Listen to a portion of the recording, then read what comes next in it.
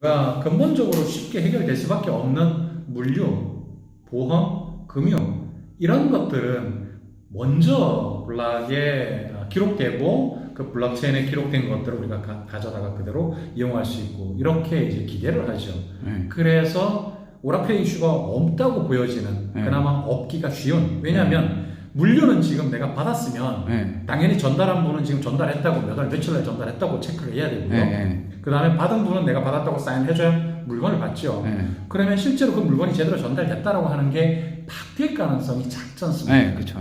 그래서 오라클의 이슈가 거기에서는 안 생길 가능성이 높다라는 거고요. 사실대로 기록될 거고. 그다음 보험 같은 경우. 근데 예를 들어서 금 예전에 택배를 보냈는데 중간에 택배 직원이 중간 삥땅 훔쳐간 그런 경우가 있잖아요. 그러니까 진짜 고가품이 이렇게 있으면 사람이 견물생심이라고 그런 게 생길 수가 있잖아요. 그러니까 뭐 예를 들어서 스마트폰이나 이런 것들은 중간에 그냥 일반 그냥 그런 게 아니라 그런 것들은 이제 가끔 도난이 있겠잖아. 물론 이제 진짜 드물고 그런 일이 없는데 이제 예를 들어서 거기에 딱 쓰였으니까 스마트폰이래 거기 밖에 쓰였으니까 그냥 어떻게 자기 배달한 것처럼 해가지고 이렇게 할 수가 있으니까 어떻게 사람 문제인데 그걸 그러니까 예를 들어서 그러면은 황보 대표님 말씀은 블록체인을 위변조했을 경우는 처벌하는 법까지 해야 그게 좀 온전하게 된다 이런 말씀이실까요? 그런 쪽까지 그러니까, 기술적인 게 아니라 오히려? 블록체인에 기록을 했을 때 의미가 있어지는 분야는 아까 말씀하셨던 대로 오라클 이슈가 생기기가 적은 곳부터 먼저 적용이 가능하거든요. 그래서 처음에 원본 현실에서 발생하는 일들이 그대로 블록에 기록이 되어질 때 위변조가 될 가능성이 적은 분야, 물류, 그 다음에 보험, 금융 이런 것들이 먼저 적용되기가 쉽다라는 건데요. 그 예로 말씀드린 게 물류 분야에서 조금 전에 예를 드신 것처럼 중간에 만약에 분실사고가 발생하면 그럼 너무 당연하게 누군가는 발송했다. 뭐월 뭐일날 누구에게로 발송되었다. 그걸 캐리하는 거는 누구였다라고 하는 것까지는 블록에 기록이 되죠. 그거 당연히 변조 없이 위변조 없이 올라가겠죠. 그러면 받은 사람이 내가 그걸 뭐월 뭐일날 받았다라고 하는 거는 기록 안 되겠죠. 안 받았으니까요. 그렇기 때문에 서로의 이해관계가 맞물려서 변조가 발생하기가 어려운 곳이 물류거든요. 그러다 보니까 그 발생하는 일들 하나하나만 그냥 기록해주면 그러면 추적하기도 너무 수월하고 그리고 공통의 플랫폼을 이용해서 공통의 데이터 교환 방식을 적용해서 서로가 이익을 볼 수가 있죠. 참여자 모두가. 그렇기 때문에 물류 분야에서 블록체인을 기록하면 블록체인에다 기록을 해두게 되면 그러면 기존 대비해서 훨씬 더 이익을 만들어낼 수가 있다. 근데 그게 위변조가 없기 때문에 오히려 블록체인이 더 필요가 없다는 생각 안 해보셨어요? 왜 그러면 그게 사실 지금도 택배 조회하는 거 들어가 보면 다 어디든지 다 알잖아요, 사실. 우리나라는 IT가 참 잘 돼 있어요. 그래서 이 블록체인에 기록이 되어지지 않더라도 현재도 이미 중앙화된 서비스 방식에서도 잘 돼 있는 곳들이 있죠. 아주 잘 돼 있는 곳들이 대한민국의 금융, 물류, IT는 전 세계적으로 정말 아주 잘 만들어진 서비스예요. 그런데 가령 우리가 조금 더 확장을 해서 물류가 한국에서 일본으로 우리가 무언가를 하나 보낸다고 생각을 해보면 그러면 바로 내가 지금 어디까지 와 있는지 현재 체크하는 게 어렵거든요. 그쵸, 그러니까 우리가 한국에서 지금 보고 있는 물류 이동 현황을 내가 즉시 체크해 볼 수 있고 내가 눈으로 확인하는 게 가능한 그런 서비스들을 블록체인을 이용해서 해외에 있는 여러 물류 사업자들이 그 데이터 포맷을 서로가 공유하고 그 블록에다가 기록을 해주게 된다고 하면 그러면은 유저들도 지금 현재보다 훨씬 더 투명하게 이용할 수 있죠. 오히려 그렇게 되면 블록체인 하면 통과는 사실 그게 서류로 하니까 되게 시간이 많이 걸리잖아요. 사실 지금도. 그러니까 만약 블록체인으로 하면 그게 좀 빨리 어떻게 보면 더 효율이 더 좋아지잖아요. 어떻게 보면 블록체인화 하면은. 그렇지 않나요? 속도가 더 빨라지지 않나요? 그러니까 제 생각은 빨라진다고 생각하거든요. 그게. 그러니까 그건 이제 표준화를 통해서 빨라지게 되죠. 그러니까 그거는 통관을 할 때 우리나라에서 수입하는 쪽 이쪽에서의 프로세스로 그 정해진 포맷에 맞추어져야 될 것이고 보내는 쪽에서도 당연히 그 정해진 포맷에 맞추어 가지고 주고받게 되고 통관 절차를 진행한다고 하면 아무래도 불필요한 부분들이 줄어들 수 있죠. 같은 포맷을 쓰게 되면요.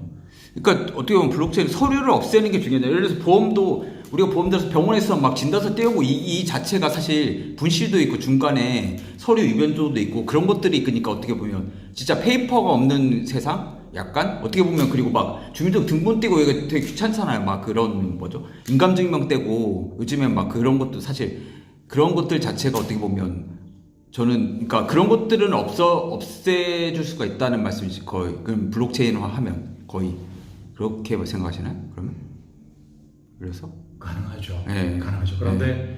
그 진단서의 경우에는 서로 이제 이해가 네. 조금 상충되는 부분이 있습니다. 그러니까 뭐 아주 부정적인 경우를 예로 들어 본다면 네. 그 의사의 경우에는 좀 더 많은 수익을 기대하기 위해서 네. 그 진단서가 적절하게 네.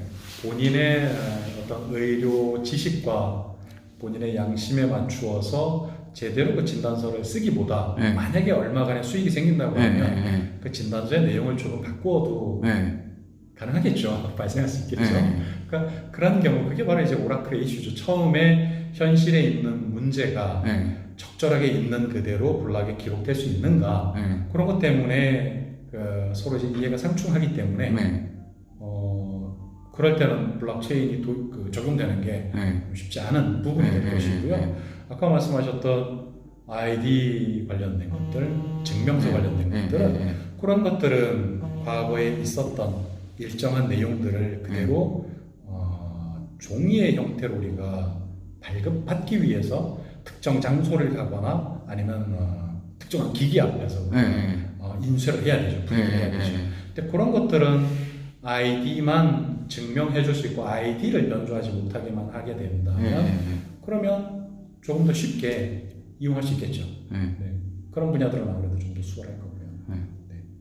그리고 금융 아까 얘기하셨잖아요. 금융이 사실 이쪽으로 하기에는 제일 좋은 건데 규제 때문에 좀 블록체인이 이게 좀 안 된다고 생각해요. 정부 규제 때문에 그런 게 좀 저는 금융이 제일 혁신이 제일 많이 일어날 수 있다고 생각하거든요. 사실 이 블록체인 분야가 그러니까 비트코인부터도 금융이잖아요. 어떻게 보면 시작 자체가 현재 그 블록체인과 암호화폐가 이제 나타나게 되면 어떤 변화를 가져오게 될 건가 하는 걸 이제 잠깐만 먼저 말씀을 드리면 과거에 우리는 사람들이 서로 소통할 때 음성만 서로 소통이 되었었죠. 100년 전에 벨이 전화기를 발명해가지고 배포하기 시작하면서요. 그러고 나서 인터넷이 도입이 되면서 우리는 그 위에 음성으로 소통하던 위에다가 정보를 소통할 수 있게끔 정보를 올렸죠. 그리고 모바일이 되면서 조금 더 확산이 되었고요. 그리고 늘상 정보에 접할 수 있도록 그 시간도 더 이제 확장이 되었죠. 그러고 나서 지금 이제 블록체인과 암호화폐가 우리 일상 생활에서 적용이 되어진다고 하면 그러면 기존에 있던 그 정보가 접목된 위에다가 금융이 접목되는 거거든요.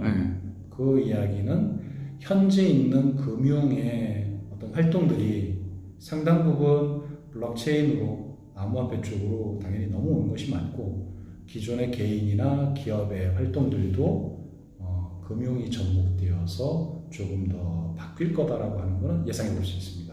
네, 그러니까 지금 현재 암호화폐는 금융에서의 변화를 가져올 거다. 그렇게 보는 게 저는 맞아 보입니다. 그 아까 페이먼트 시스템 그거 페이스도 관련이 있잖아요. 그거에 대해서 좀 더 자세히 좀 다시 얘기 좀 해주세요. 아까 그 끊었었는데. 서비스에 대해서요.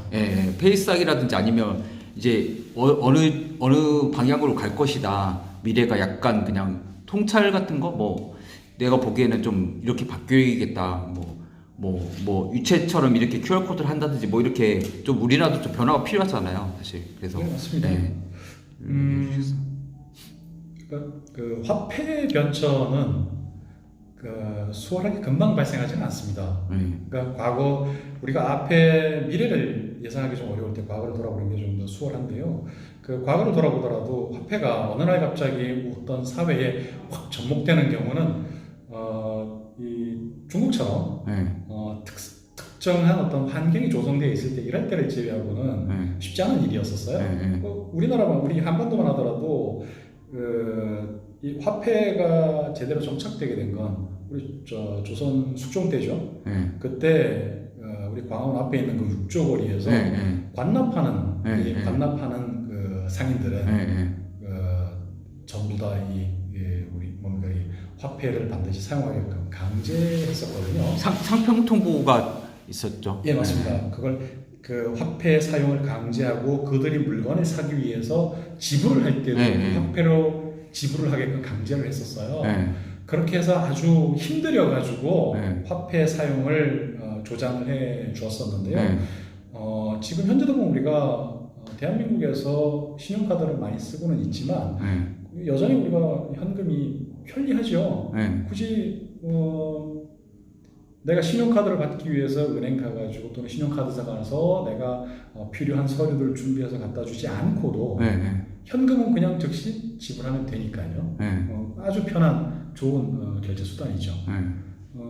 그런데 그 중국 같은 경우는 이 신용카드의 보급률이 워낙 낮기도 했고 아마 뭐 7% 그 수준에서 신용카드 보급률이 됐다고 할 때 그럴 때 그 지불을 좀 더 편하게 하기 위해서 현금의 단점을 보완하고 지불 결제를 좀 더 수월하게 하기 위해서 QR코드라는 걸 도입을 했고 그 QR코드가 잘 확산될 수 있었던 이유는 사람들이 스마트폰을 다 들고 다니는 이런 환경이 조성되었던 거죠. 그리고 그 위에 공통된 앱들, 플랫폼의 역할을 해주는 이게 위챗 아니면 뭐또 알리바바, 알리페이 공통된 앱들이 같이 또 설치되어 있었고 그러다 보니까 거기에 QR 코드를 넣고 또 이 QR 코드의 지불 결제가 좀 수월하게 확산되게끔 사람들을 교육할 수 있는 그 홍바오라고 하는 이런 또 이벤트도 잘 엮었던 계기가 있었던 것 같고 하여튼 여러 가지가 잘 맞물려서 현재 QR코드 페이가 정착돼 있죠. 그러면 다른 모든 나라들이 QR코드 페이 방향으로는 갈 것인가? 꼭 그렇게 보기는 어려운 것 같습니다. 아프리카 같은 경우에 엠페사라고 케냐에서 휴대폰을 들고 있는 분들이 일종의 통신 포인트죠. 그 통신 포인트를 이용해서 결제도 할 수 있고 송금도 할 수 있게끔 이런 서비스를 해주고 있는데요. 우리가 그러면 장기적으로 어떤 게 가장 편리한 지불 결제 수단일까? 이걸 생각해 보면 현금처럼 상대방이 누구든 상관없이 내가 뭔가 거래를 하고 싶을 때 상대방한테 즉시 지불 결제를 할 수 있으면 좋죠. 그런데 금액이 커지면 그리고 또 원거리에 있는 거래 상대방한테 내가 지불 결제를 하려고 하면 현금이 못하죠. 단점이 있죠. 그런데 신용카드 같은 경우는 원거리에 있더라도 또 큰 금액이더라도 아주 수월하게 결제를 해줄 수 있는 장점이 있습니다. 반면 신용카드의 단점은 먼저 KYC를 해야 된다는 네, 내가 누구인지 먼저 서류들 다 준비해가지고 어떤 일정한 절차를 거쳐야 된다는 게 단점이죠. 그러면 현금의 장점, 내가 거래를 하려고 하는 상대방한테 언제든 즉시 거래할 수 있다는 장점과 원거리여도 고가여도 거래할 수 있다는 신용카드의 장점, 그 두 가지가 다 구비되는 건 그건 암호화폐입니다. 그러니까 암호화폐를 통해서 고액이든 원거리든 또는 상대방이 누군지 몰라도 우리는 바로 지불할 수 있어요. 상대방이 그냥 뭐 비트코인의 주소만 이더리움의 주소만 만들면 그러면 금방 지불할 수 있죠. 물론 아직도 넘어가야 될 산은 있지만 아주 길게 바라본다고 하면 결국은 암호화폐를 이용한 결제는 일반화될 거라고 저는 생각이 됩니다. 그런데 그 시기가 짧으면 한 5년쯤, 좀 길게 본다고 하면 일상화되는 데까지는 한 10년쯤 이렇게 소요될 거라고 저는 예상하고요. 그러면 그 중간에 과도기가 필요하죠. 어느 날 갑자기 그게 확 정착되기는 어렵고요. 그 중간에 그러면 과도기에서 필요한 사람들이 먼저 큰 필요성을 느끼는 분들부터 적용할 수 있어야 되거든요. 도입할 수 있어야 되거든요. 그러려고 하면 지금 현재 불편함은 줄여주고 장점은 살릴 수 있어야 되는데 암호화폐를 이용한 결제는 오늘 기준의 이야기입니다. 오늘 기준에